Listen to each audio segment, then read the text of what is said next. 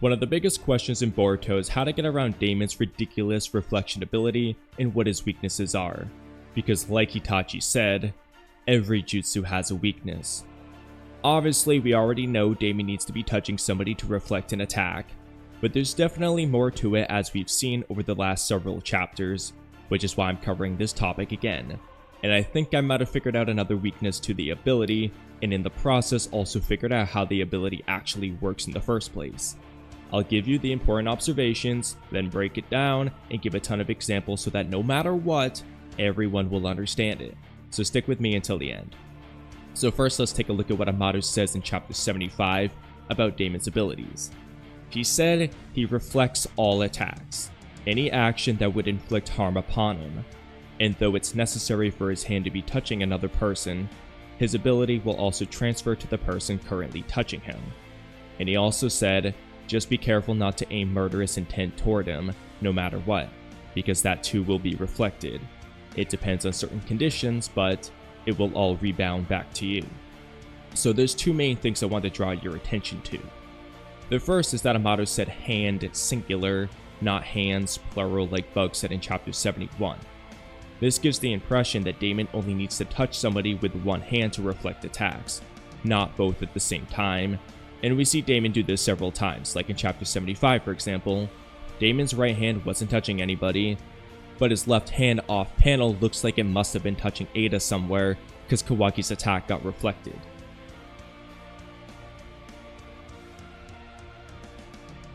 And speaking of that, I went back and looked at the various times Daemon reflects attacks, and as far as I can tell and find, Daemon was always either touching someone with both hands or only with his left hand, never with just his right hand, unless I'm missing one. So just like how Eida likes to hide her left hand all the time, this might mean that Daemon's left hand is key to his reflection ability. At the very least, there seems to be something going on with both of their left hands, unless it's really just a coincidence that Ikimoto has been drawing things this way. On the flip side, Amado saying hand might mean Daemon only needs to use one hand for the ability, and Bug saying hands might mean that it doesn't matter which hand Daemon uses. Either hand can work. Not really all that important, but I figured I'd mention it anyway.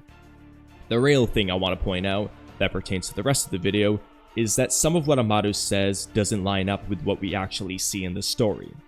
He's being a sussy load of turd and not telling the full story like usual. Amado said that Daemon reflects all attacks, any action that would inflict harm.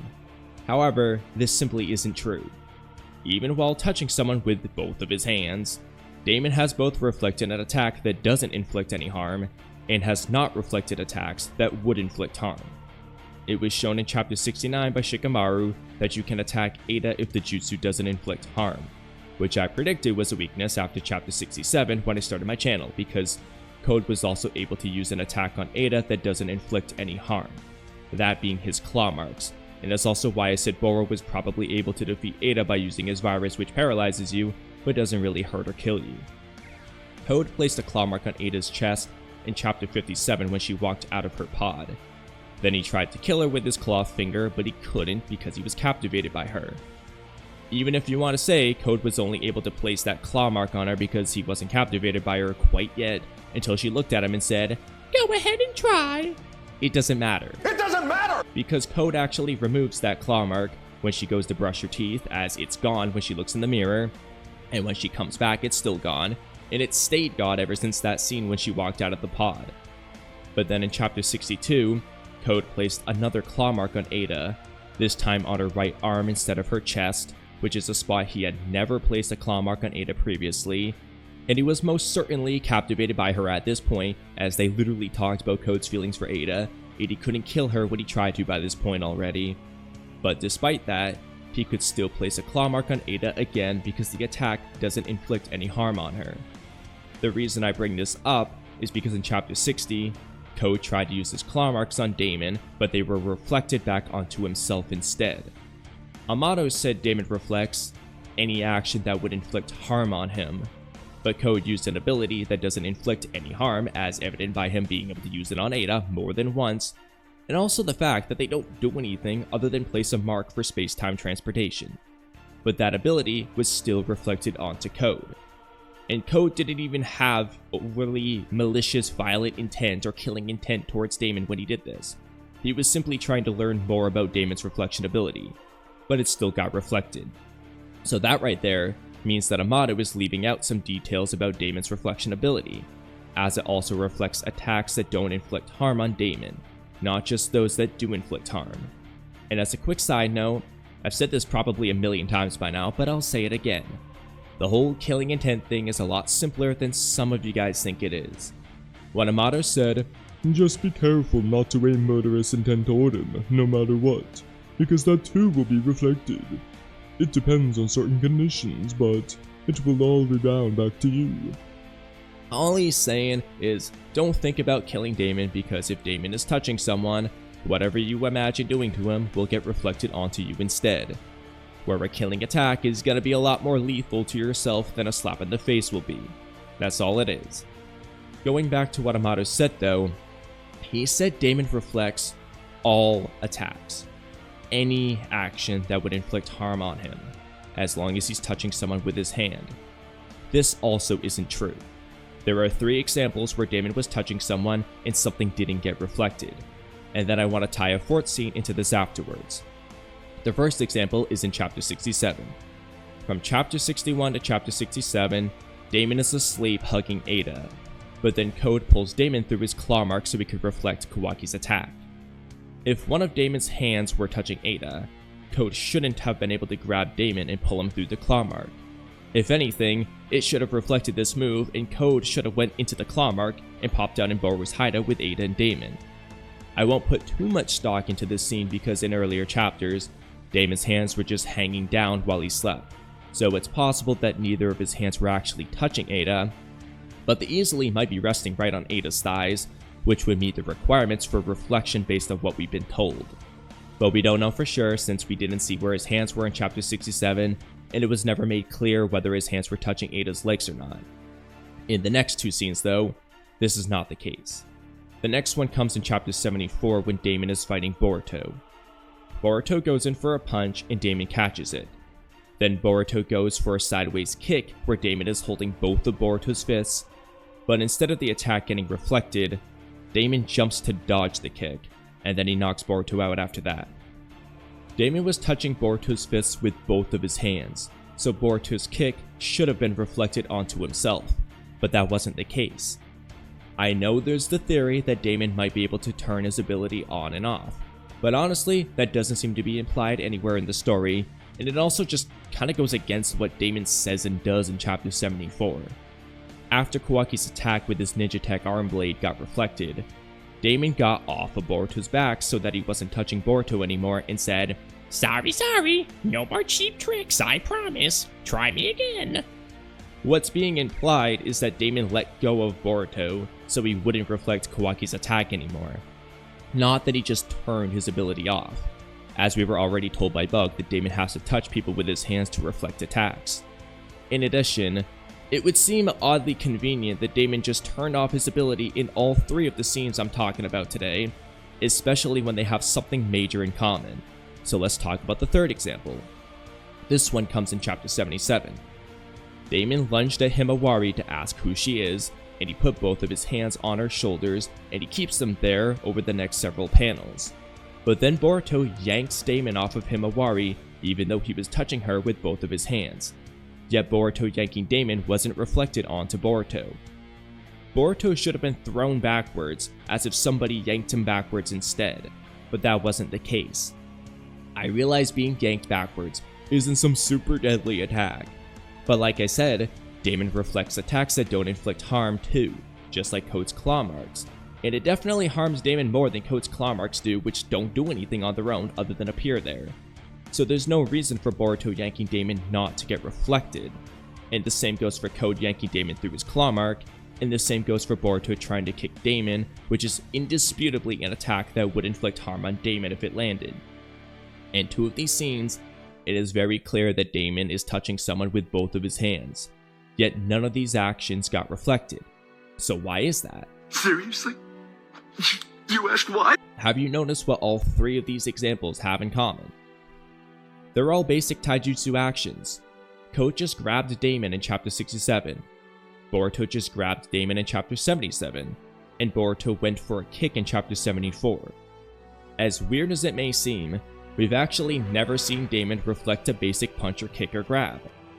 Daemon has reflected attacks from Kawaki's body morph ninja tech arm thing and Code's big claw hands, but Kawaki's ninja tech arm thing is a ninja tech ability, and Code's claw hands are also either ninja tech or a shinjutsu since they're related to his claw marks, so neither of the two are basic taijutsu actions. When I say a basic punch or kick or basic taijutsu, I mean a basic punch or kick with no special ninja attack or ninjutsu abilities tied onto it. Daemon has never reflected an action like that. Now, we didn't see what Kawaki imagined exactly when Daemon reflected Kawaki's intent of beating Daemon up in Chapter 75, but Kawaki most likely imagined smacking Daemon with his ninja tech arm because that's the main thing Kawaki likes to do. The dude morphs his arm in literally every fight he's in. Now, I mentioned a fourth scene earlier, and this time we're going all the way back to Daemon's introduction when he fought Boru's guards at the hideout. It's always been a theory that Daemon might not be able to reflect pure taijutsu attacks, and that's because of this scene. There were 4 guards who came to attack Daemon. The first one had a chakra blaster, the second had an axe, the third didn't have a weapon, and the fourth had a sword. Daemon first reflected the attack from the chakra blaster dude, then he reflected the attack from the axe guy, but then for the third guard who didn't have a weapon, Daemon actually jumped off of Code's back to kick him in the head instead of reflecting anything, and then he touched the dude he knocked out off panel so he could reflect the sword guy's attack. Seems kinda fishy to me. It would be one thing if he also kicked the sword guy in the head to knock him out too, but then maybe you could have said he was just bored of reflecting, so he jumped off of Code so he could beat them up with taijutsu.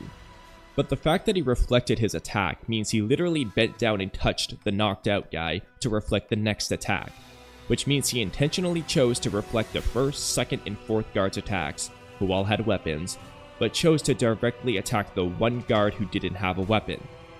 I don't think that's a coincidence. You could argue maybe the guy didn't have any attacks in mind yet, so there was nothing for Daemon to reflect. But given the other 3 scenes I mentioned, I don't think that's what they were going for. It seems like Daemon knows about this weakness, and that's why he immediately jumped off Code's back to kick the guy himself, but not for any of the other guards with weapons. Daemon also never gets surprised that he didn't reflect the actions I mentioned earlier in those 3 other scenes. When Code pulled him through the claw mark, he didn't question how Code was able to do that. All he wanted to know was who he was fighting so he could beat the enemy up. When Boruto went for a kick in Chapter 74, Daemon wasn't startled at all about not being able to reflect the attack, and instead just jumped up and dodged Boruto's kick with ease. And when Boruto yanked Daemon off of Himawari in Chapter 77, again, Daemon wasn't surprised that Boruto was able to do that. It seems like Daemon just can't reflect pure taijutsu actions, and he's well aware of that.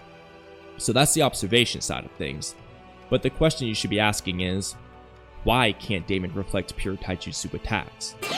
Well. To answer that, we need to consider how the ability actually works. Amado never explained how Daemon actually reflects attacks, and how the ability works at its core, so I'm going to propose how I think the ability might work, as it will explain why Daemon can't reflect pure taijutsu attacks, and it's very similar to the Sharingan in concept. For a quick review of the Sharingan has many abilities, but its powers of insight are what's relevant here. The Sharingan lets the user read the opponent's movement patterns to successfully predict their movements, attacks, and hand signs, and similarly, it has the ability to discern the opponent's genjutsu, taijutsu, and ninjutsu, and it can memorize the hand signs and chakra attributes of the opponent's jutsu while it's discerning it, and then copy that jutsu and make it their own, which is what Kakashi was famous for doing. So essentially, the Sharingan lets the user read their opponent's movements and chakra and copy them to use as their own ability, as long as it's not a Kekkei Genkai or beyond their chakra reserves. I think Daemon's dojutsu, which seems to be what gives him that reflection ability, works very similarly to the Sharingan. But instead of reading the opponent's muscle twitches and movement patterns to predict their movements and attacks, I think Daemon's dojutsu reads the flow of energy leaving the opponent's body to be directed towards Daemon, either in real time or inside the opponent's imagination, and instead of copying the attack like the Sharingan, it reflects it onto the opponent instead.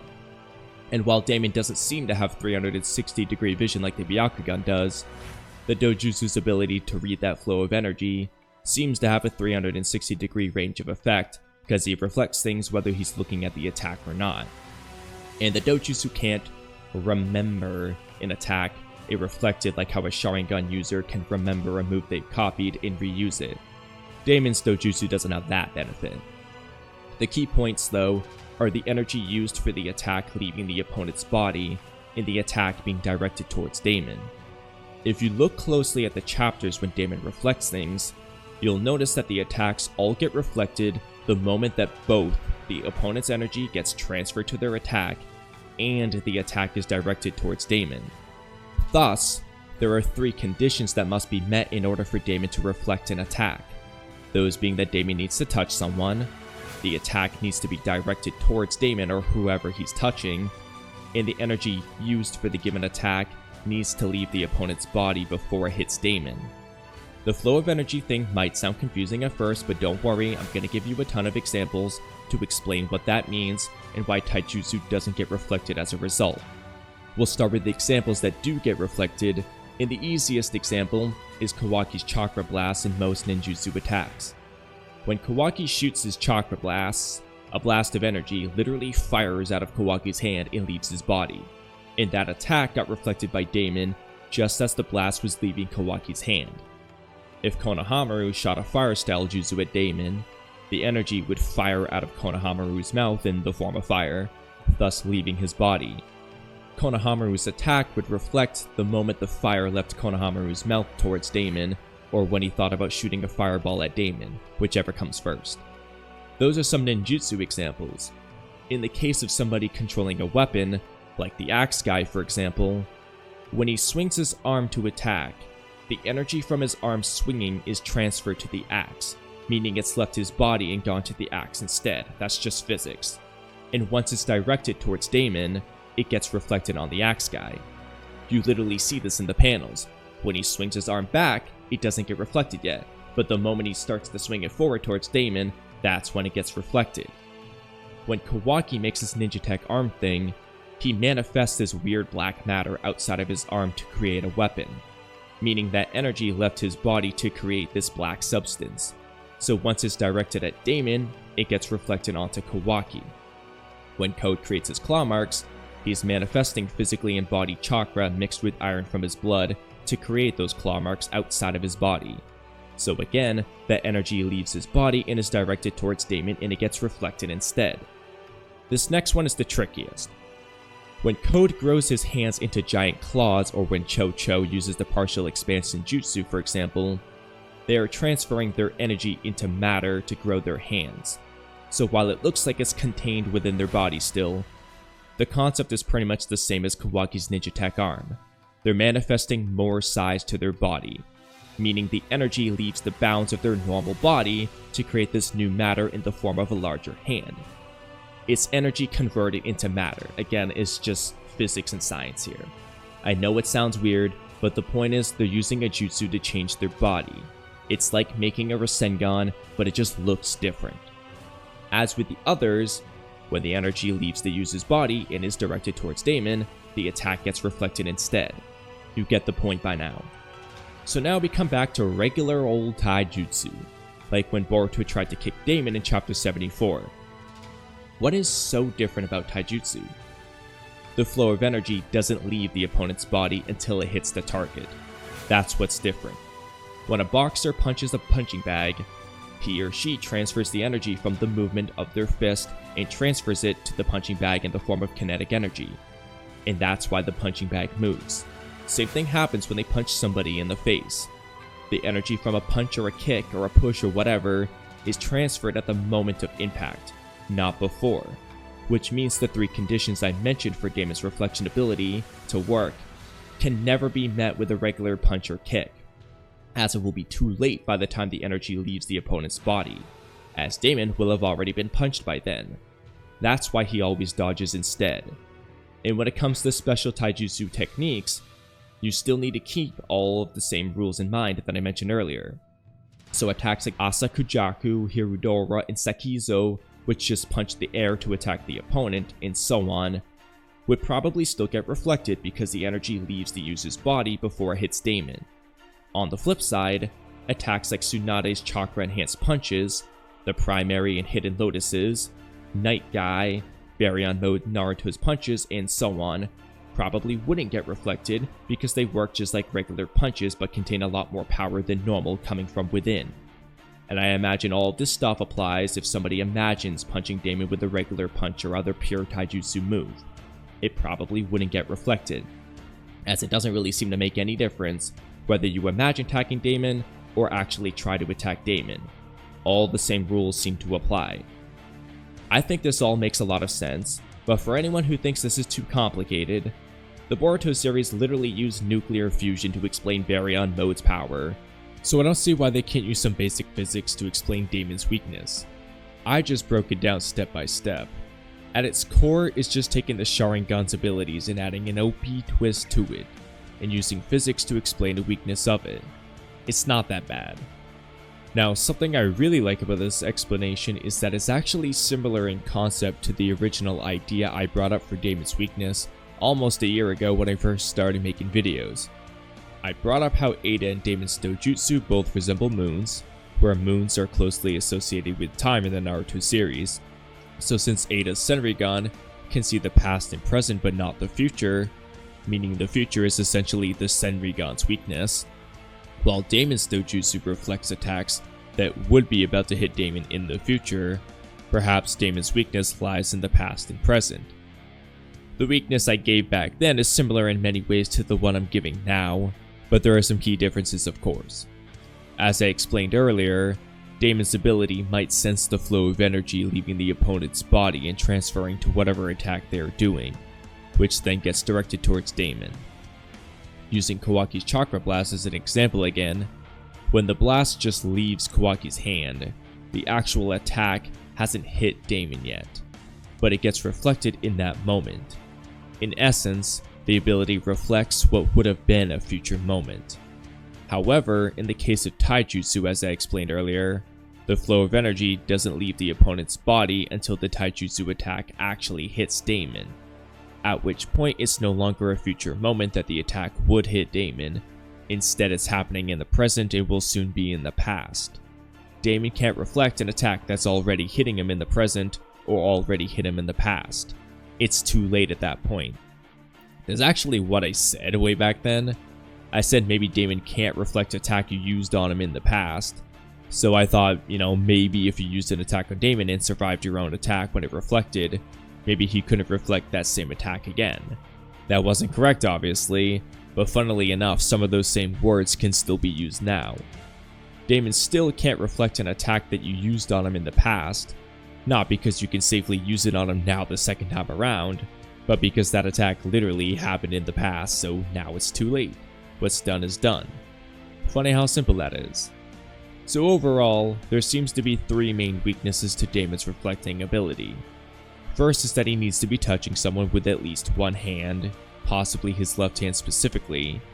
Second is that if you can tank your own attacks just fine because you have regeneration like Boro or really good armor or durability like Deepa, then it's really not that big of a deal if Daemon reflects an attack on you.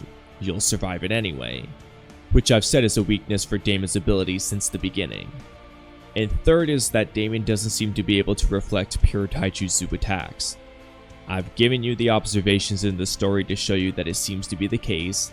I've broken down how the ability might work to explain why that could be the case, and offered another way to look at it with the time aspects. I guess a goofy fourth weakness would be if somebody else had a reflection type of ability, like Hidan's curse jutsu, as I'm not really sure what would happen if Hidan licked Daemon's blood and drew his Joshin symbol and then stabbed himself. The attack wouldn't be directed towards Daemon directly, as it's really just Hidan stabbing himself, so it might not even reflect it, but it is directed towards Daemon indirectly, since Daemon would suffer whatever damage Hidan does, so maybe it would reflect. But then if it does reflect onto Hidan, will that damage reflect onto Daemon, or will it keep reflecting onto Hidan in an endless cycle? I don't know. I don't know why. There are many things I don't know. And lastly, for a fifth potential weakness, with no evidence for it, it just Honestly, it just feels natural, that's all. It does seem kind of ridiculous for Daemon to be able to reflect continuous attacks over and over again without any limit. Like if 1,000 attacks were fired at Daemon, one after the other in rapid succession, could he really reflect all 1,000 attacks? Maybe, but there should probably be some chakra drain from Daemon using this ability, so the ability might stop if Daemon's chakra got too low. I brought that up in the past with Boru's virus, since technically there's tons of virus particles floating around, so would Daemon have to reflect each individual virus particle, or would it just reflect the attack as a whole? And even if it did, he could just send the virus out again, so at some point it's like, can he keep reflecting that? Either way, Boru has antibodies, so it doesn't matter, but I digress. Those last two are just maybes. The first three weaknesses are the big ones. I don't think I can explain any more about Daemon's ability, so I want to hear what you guys think. First, do you think Daemon can reflect pure taijutsu, or do you think he's unable to do so like I do? And second, do you like my idea for how Daemon's ability might work? Or do you disagree and think it works some other way?